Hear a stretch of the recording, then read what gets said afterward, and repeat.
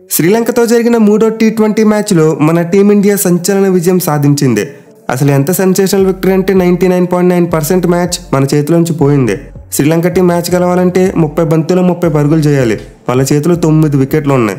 పైగా అప్పటికే క్రీజ్లో కుశాల్ మెండిస్ మరియు కుశాల్ పెరీరా బాగా సెట్ అయి ఉన్నారు. దీంతో చాలా ఈజీగా శ్రీలంక టీం మ్యాచ్ గెలిచేసిందని చెప్పి అంతా అంచనా వేశాం. బట్ డెత్ ఓవర్స్లో మరోసారి మన బౌలర్స్ అదిరిపోయే పెర్ఫార్మెన్స్ ఇచ్చారు. ఎస్పెషల్లీ లాస్ట్ ఓవర్స్ ఏవైతే ఉన్నాయో పిచ్చెక్కి పోయింది భయ్య. నిజంగా కెప్టెన్ సూర్యకుమార్ యాదవ్ చేసిన bowling changes out of the world. అసలు 19 ఓవర్లో రింకు సింగ్ బౌలింగ్ చేయడం ఏంటి, 20th ఓవర్లో సూర్యకుమార్ తనంతట తానే బౌలింగ్ చేయడం ఏంటి, అది కూడా ఖలీల్ అహ్మద్ మరియు మొహమ్మద్ సిరాజ్కు చెరో ఓవర్ ఉండగా. సో నేటి మ్యాచ్లో అయితే ది మోస్ట్ ఇంక్రెడిబుల్ థింగ్స్ చూసాం. అసలు ఎవరు ఎక్స్పెక్ట్ చేయని విధంగా డెత్ ఓవర్స్లో పార్ట్ టైం బౌలర్స్ బౌలింగ్ చేశారు.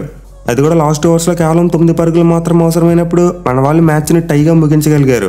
అంటే సూపర్ ఓవర్లో మన వాళ్ళు చాలా సునాయాసంగా మ్యాచ్ని గెలిచి ఈ సిరీస్ను క్లీన్ స్వీప్ చేశారు. ఈ మ్యాచ్లో అయితే శ్రీలంక టీం టాస్ గెలిచి ముందుగా ఫీల్డింగ్ తీసుకుంది. అండ్ అన్ని టీంలలో కూడా చాలా చేంజెస్ జరిగాయి. మెయిన్లీ మన టీమిండియాలో 4 మార్పులు జరిగాయి.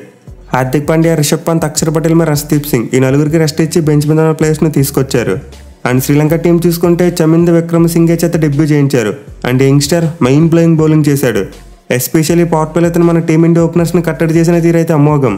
పర్ఫెక్ట్ లైన్ అండ్ లెంత్లో బౌలింగ్ చేస్తే ఎక్కడ కూడా రన్స్ ఇవ్వలేదు. ఈ మ్యాచ్ అయితే మన టీమిండియా బ్యాటింగ్ కంప్లీట్లీ తడబడింది. అఫ్కోర్స్ బ్యాటింగ్ ఆర్డర్లో ప్రయోగాలు చేశారు. సంజు శాంసన్కు నెంబర్ 3లో ఆపర్చునిటీ ఇచ్చారు. బట్ అతనైతే ఘోరంగా ఫెయిల్ అయ్యాడు. మరోసారి duck out. Even Rinku Singh చూసుకున్న నెంబర్ 4లో బ్యాటింగ్ పంపారు. బట్ అతను కూడా ఒక్క పరుగు చేసి మాత్రం అవుట్ అయిపోయాడు. సో బ్యాటింగ్ ఆర్డర్లో స్కై అయితే యంగ్స్టర్స్ను పైకి పంపించి తనను తాను డిమోట్ చేసుకున్నాడు. బట్ స్టిల్ శాంసన్ మరియు రింకు సింగ్ తమకు వచ్చిన ఆపర్చునిటీస్ యూజ్ చేసుకోలేదు. మెయిల్ Sanju Samson back to back duck outs అవడం ఆల్మోస్ట్ ఇంకా టీ20 కెరీర్కు ఫుల్ స్టాప్ పెట్టేసినట్టే. సో మన టీమిండియా అయితే 14 పరుగులకి 3 వికెట్లు కోల్పోయింది. ఈవెన్ ఆ తర్వాత చూసుకున్న కెప్టెన్ స్కై కూడా 8 పరుగులు చేసి అవుట్ అయిపోయాడు. అలాగే దూబే కూడా కాసేపు నిలబడ్డ 13 పరుగుల వద్ద అతను అవుట్ అయిపోయాడు. సో ఓవరాల్గా మన టీమిండియా 8.4 ఓవర్స్లో 48 పరుగులు మాత్రమే చేసి 5 వికెట్లు కోల్పోయింది. అంటే కనీసం రన్ బాల్ స్కోర్ కొట్టట్లేదు. అలాగే సగం టీం అవుట్ అయిపోయింది. అయితే అలాంటి టైంలో శుభ్మన్ గిల్ మరియు రియాన్ పరాగ్ ఇద్దరు కలిసి మన టీమిండియా ఇన్నింగ్స్ను చక్కదిద్దారు. మెయిన్లీ శుభ్మన్ గిల్ ఒక ఎండ్లో చాలా మంచి యాంకర్ ఇన్నింగ్స్ ఆడాడు. 37 బంతుల్లో 39 పరుగులు చేశాడు. అండ్ రియాన్ పరాగ్ చూసుకున్న తనకు వచ్చిన ఆపర్చునిటీని యూజ్ చేసుకున్నాడు. నెంబర్ 7లో బ్యాటింగ్కి వచ్చి 18 బంతుల్లో 26 పరుగులు చేశాడు. సో ఇద్దరు కలిసి అయితే మన టీమిండియా కష్టాలు ఉన్నప్పుడు 6వ వికెట్కు 40 బంతుల్లోనే 54 పరుగుల పార్ట్నర్షిప్ యాడ్ చేశారు. అండ్ దీనివల్లే మన టీమిండియా స్కోర్ డెత్ ఓవర్స్ వచ్చేసరికి 100 పరుగులు దాటగలిగింది. బట్ అగైన్ చివరిలో శ్రీలంక బౌలర్స్ మెల్లగా కంబ్యాక్ చేశారు. ఒక ఎండ్లో వాషింగ్టన్ సుందర్ బాగా ఆడినప్పటికీ అతని ఎండ్లో బ్యాట్స్మెన్ మాత్రం అవుట్ అయిపోతూ వెళ్ళిపోయారు. మెయిన్లీ వనిందా శ్రీలంక ఒక ఓవర్లో క్రీజ్లో సెట్ అయిన గిల్తో పాటు పరాగ్ వికెట్ తీశాడు. దీంతో మన టీమిండియా స్కోరింగ్ రేట్ పడిపోయింది. 150 ఈజీగా కొడతారనుకున్న మన వాళ్ళు 137 రన్స్ దగ్గర ఆగిపోయారు. బట్ ఎనివే చివరిలో వాషింగ్టన్ సుందర్ బ్యాటింగ్ అయితే చాలా మెచ్చుకుని తీరాలి. అతను 18 బంతుల్లో 25 పరుగులు చేశాడు. అండ్ దీనివల్ల మన టీం ఒక కాంపిటేటివ్ స్కోర్ని బోర్డు మీద పెట్టగలిగింది. సో ఈ మ్యాచ్ కోసం యూజ్ చేసిన పిచ్ అయితే బౌలింగ్కు బాగా అనుకూలించింది. స్పిన్నర్స్తో పాటు పేసర్స్ కూడా చాలా ఎఫెక్టివ్గా బౌలింగ్ చేశారు. మెయిన్లీ ముందు చెప్పుకున్నట్టే వాళ్ళ డెబ్యూ బౌలర్ చమిందు 4 ఓవర్స్లో 17 రన్స్ మాత్రం ఇచ్చి 1 వికెట్ తీసుకున్నాడు. అండ్ మహేష్ తీక్షణ మరియు హర్షరంగ ఇద్దరు మెయిన్ బౌలర్స్ అయితే వికెట్ల పండగ చేసుకున్నారు. తీక్షణ 4 ఓవర్స్లో 28 రన్స్ ఇచ్చి 3 వికెట్స్ తీసుకుంటే హర్షరంగ 4 ఓవర్స్లో 29 రన్స్ ఇచ్చి 2 వికెట్స్ తీసుకున్నాడు.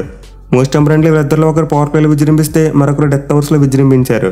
అండ్ వీళ్ళతో పాటు అసిత ఫెర్నాండో మరియు రమేష్ మెండిస్ ఇద్దరు కూడా చెరో వికెట్ తీసుకున్నారు. సో గత 2 మ్యాచ్లతో పోలిస్తే మ్యాచ్లో శ్రీలంక బౌలర్స్ చాలా బాగా బౌలింగ్ చేశారు.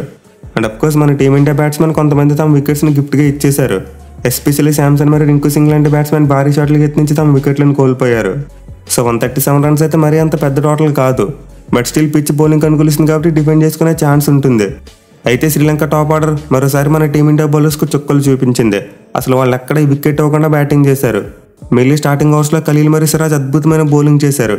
But still Lanka openers wicket పడకుండా చూసుకున్నారు. సో పవర్ ప్లే అయితే శ్రీలంక టీంకి 35 పరుగులే వచ్చాయి. బట్ ఆ తర్వాత మెల్లగా యాక్సలరేట్ చేయడం మొదలుపెట్టారు. మెయిన్ ఓపెనర్స్ 8.5 ఓవర్స్లో 58 పరుగుల పార్ట్నర్షిప్ యాడ్ చేశారు. ఈవెన్ 26 పరుగులు చేసిన పాతం నిశాంక్ అవుట్ అయిపోయినా ఆ తర్వాత కుశాల్ మెండిస్ మరియు కుశాల్ పెరీరా వీళ్ళిద్దరి మధ్య కూడా చాలా మంచి పార్ట్నర్షిప్ వచ్చింది. 2వ వికెట్కు కేవలం 39 బంతుల్లోనే 52 పరుగుల పార్ట్నర్షిప్ యాడ్ చేశారు. దీంతో 15వ ఓవర్ మూసేసరికి శ్రీలంక టీం చాలా స్ట్రాంగ్ పొజిషన్లోకి వెళ్ళిపోయింది. వాళ్ళు కేవలం 1 వికెట్ మాత్రమే కోల్పోయి 108 పరుగులు చేశారు. మ్యాచ్ గెలవాలంటే 30 బంతుల్లో 30 పరుగులు చేయాలి. కానీ డెత్ ఓవర్స్లో చూసుకుంటే సడన్గా సీన్ మారిపోయింది. రవి బిష్ణే 16వ ఓవర్లో కుశాల్ మెండిస్ వికెట్ తీశాడు. అంతే నెక్స్ట్ ఓవర్లో Washington Sundar back to back wickets తీశాడు. ముందు అసలంగాను అవుట్ చేస్తే ఆ తర్వాత అసలంకాను గోల్డెన్ డక్అవుట్ చేశాడు. అండ్ ఆల్సో 17 ఓవర్లో కేవలం 2 పరుగులు మాత్రం ఇచ్చాడు. దీంతో ఈక్వేషన్ కాస్త టైట్గా మారింది. 18 బంతుల్లో 21 పరుగులు చేయాలి. బట్ ఇలాంటి టైంలో ఖలీల్ అహ్మద్ ఒక పూర్ ఓవర్ వేశాడు. నిజంగా ఎంత పూర్ ఓవర్ అంటే ఈ ఓవర్లో ఒక్క బౌండరీ కూడా ఇవ్వకపోయినా ఏకంగా 6 వైడ్ రన్స్ ఇచ్చాడు. సో అతను వేసిన 18 ఓవర్లు అయితే శ్రీలంక టీంకి ఏకంగా 12 పరుగులు వచ్చాయి. అండ్ ఆల్సో ఒక వికెట్ కూడా కోల్పోలేదు. దీంతో ఈక్వేషన్ మరీ ఈజీగా మారిపోయింది. 12 బంతుల్లో 9 పరుగులు చేయాలి. మోస్ట్ ఇంపార్టెంట్లో కుశాల్ పెరీరా 46 పరుగులతో క్రీజ్ మీద బ్యాటింగ్ చేస్తున్నాడు. దీంతో శ్రీలంక టీం మ్యాచ్ గెలవడం డెడ్ ఈజీ అనుకున్నాం. అయితే అలాంటి టైంలో captain Suryakumar Yadav the most surprising move చేశాడు. మొహమ్మద్ సిరాజ్కు బౌలింగ్ ఇస్తాడనుకుంటే రింకు సింగ్కు బౌలింగ్ ఇచ్చాడు. పోనీ సిరాజ్ ఈ మ్యాచ్లో బాగా బౌలింగ్ చేయలేదంటే చాలా బాగా బౌలింగ్ చేశాడు. 3 ఓవర్స్లో అప్పటికి కేవలం 11 పరుగులు మాత్రం ఇచ్చాడు. బట్ అంత ముందు ఓవర్లో పేస్ బౌలర్ ఎక్కువగా రన్స్ ఇవ్వడం, అలాగే పిచ్ స్పిన్ బౌలింగ్ అనుకూలించడం, ఈ 2 కారణాల వల్ల సూర్యకుమార్ యాదవ్ రింకు సింగ్కు బాల్ అందించాడు. And guess what, Rinku Singh బ్యాట్తో ఫెయిల్ అయినా బాల్తో మాత్రం మ్యాజిక్ చేశాడు. ఎస్పెషల్లీ క్రీజ్లో సెట్ అయిన కుశాల్ పెరీరాని ఒక షార్ట్ బాల్తో అవుట్ చేశాడు. అండ్ దాని 19 ఓవర్ లాస్ట్ బాల్ కూడా ఒక వికెట్ తీసుకున్నాడు. సో ఓవరాల్గా చూసుకుంటే రింకు సింగ్ వేసిన 19 ఓవర్లో 2 వికెట్లు పడ్డాయి అండ్ 3 రన్స్ మాత్రం వచ్చాయి. దీంతో ఈక్వేషన్ చాలా వరకు నెక్ టు నెక్ వచ్చేసింది. శ్రీలంక టీం మ్యాచ్ గెలవాలంటే 6 బంతులు 6 పరుగులు చేయాలి. అండ్ ఈ టైంలో డెఫినెట్లీ సిరాజ్ బౌలింగ్ వస్తాడని చెప్పి మళ్ళీ అందరం అనుకున్నాం. కానీ అగైన్ సూర్యకుమార్ యాదవ్ దిమ్మ తిరిగే బౌలింగ్ చేంజ్ చేశాడు. తనని తాను బౌలింగ్ ఇంట్రడ్యూస్ చేసుకున్నాడు. సో ఇదైతే ఈ మ్యాచ్లో అబ్సల్యూట్ పీక్ పాయింట్. రింకు సింగ్ను బౌలింగ్ తెచ్చాడంటే అది ఆల్మోస్ట్ ఇంకా మ్యాచ్ పోయిందనుకునే టైంలో తెచ్చాడు. బట్ ఇక్కడ లాస్ట్ ఓవర్లో మ్యాచ్ గెలిచే ఛాన్స్ ఉన్నప్పటికీ సూర్యకుమార్ యాదవ్ తనంతట తాను బౌలింగ్ చేయడం నిజంగా absolutely crazy thing. But anyway last ఓవర్లో అయితే స్కై రన్స్ని డిపెండ్ చేసుకోలేకపోయినప్పటికీ మ్యాచ్ని టైగా ముగించగలిగాడు. మెయిన్లీ ఫస్ట్ 3 బాల్స్లో అతను 2 వికెట్లు తీసి ఆల్మోస్ట్ మ్యాచ్ని గెలిపించినంత పని చేశాడు. కానీ లాస్ట్ 3 బాల్స్లో శ్రీలంక టీం కంబ్యాక్ చేసింది. 5 పరుగులు చేశారు. దీనివల్ల మ్యాచ్ టైగా ముగిసింది. మెయిన్ 5వ బాల్కు సూర్యకుమార్ యాదవ్ ఒక రన్అట్ను మిస్ చేశాడు. తన ఇంట్లో ఉన్న బ్యాట్స్మెన్ క్రీజ్లోకి రాకపోవడం గమనించకుండా కీపర్కు బాల్ను త్రో చేసేశాడు. లేకపోతే మన వాళ్ళు ఈ మ్యాచ్ను సూపర్ ఓవర్ వెళ్లకుండానే గెలిచి ఉండేవారు. బట్ ఎనివే అసలు కంప్లీట్లీ 99% ఓడిపోయే మ్యాచ్ని త్వరగా తీసుకురావడం అంటే మామూలు విషయం కాదు. ఇక సూపర్ ఓవర్ చూసుకుంటే two easy. Washington Sundar bowling చేశాడు. అండ్ శ్రీలంక బ్యాట్స్మెన్ 2 భారీ షాట్లు ఆడిపోయి తమ 2 వికెట్లను కోల్పోయారు. అండ్ దెన్ మన వాళ్ళు చేజింగ్లో సూర్యకుమార్ యాదవ్ బ్యాటింగ్కి వచ్చి ఒక 4 కొట్టాడు. Match finish.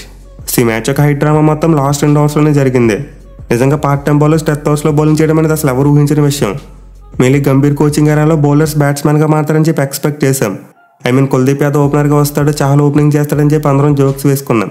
కానీ సీరియస్లీ గంభీర్ ఏరాలో మన బ్యాట్స్మెన్ డెత్ బౌలర్స్గా మారిపోయారు. నెల రోజుల క్రితం world cup final Harshdeep Singh మరి బుమ్రా అలాంటి డెత్ బౌలింగ్ చేశారు. ఇప్పుడు మన రింకు సింగ్ మరి సూర్యకుమార్ యాదవ్ అలాంటి డెత్ బౌలింగే చేశారు.